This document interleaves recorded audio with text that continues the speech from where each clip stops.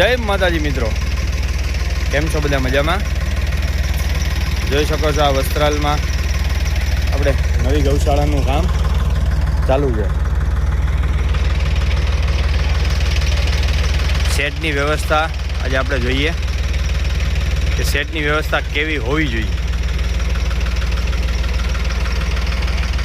આ છે 115 ફૂટની લંબાઈ અને 60 ફૂટની પહોળાઈ.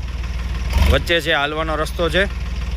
આની બે બાજુએ ગમાણ આવશે અને અહીંયા ગાયોને રહેવાની વ્યવસ્થા છે અને એની સામે આ ખુલ્લો ફરવાનો વાડો થશે.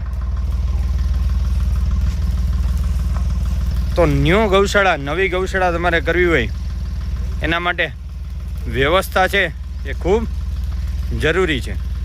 હવે આમાં અલગ અલગ પાર્ટીશન થશે.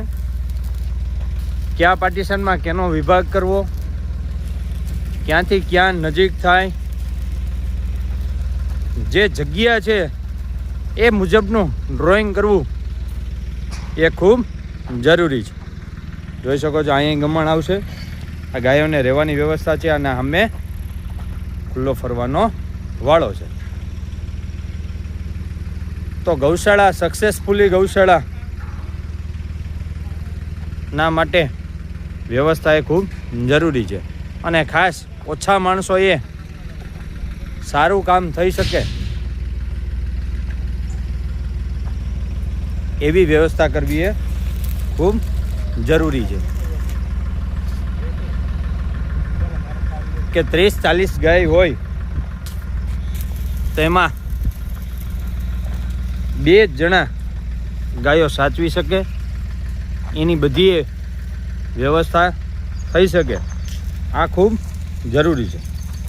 અત્યારે ગૌશાળામાં માણસોની શોર્ટેજ છે, એટલા માટે એવી વ્યવસ્થા ઓછા માણસોએ ગાય માતા દુઃખી ન થાય અને સારું એવું કામ થાય. એમના જે ઓનર છે એને પણ ક્યારેય કંટાળો આવે નહીં. એટલે એવી વ્યવસ્થા ખૂબ જરૂરી છે. અને આ બધા પાઇપ પતરા આપણે ગેલ્વેનાઇઝના વાપરીએ છીએ અને ઝડપી અને મજબૂત કામ કરીએ છીએ. આ માત્ર ને માત્ર 115x60નો શેડ જે છે એ આપણે ચાલુ કર્યા એના જે 9 દિવસ થયા છે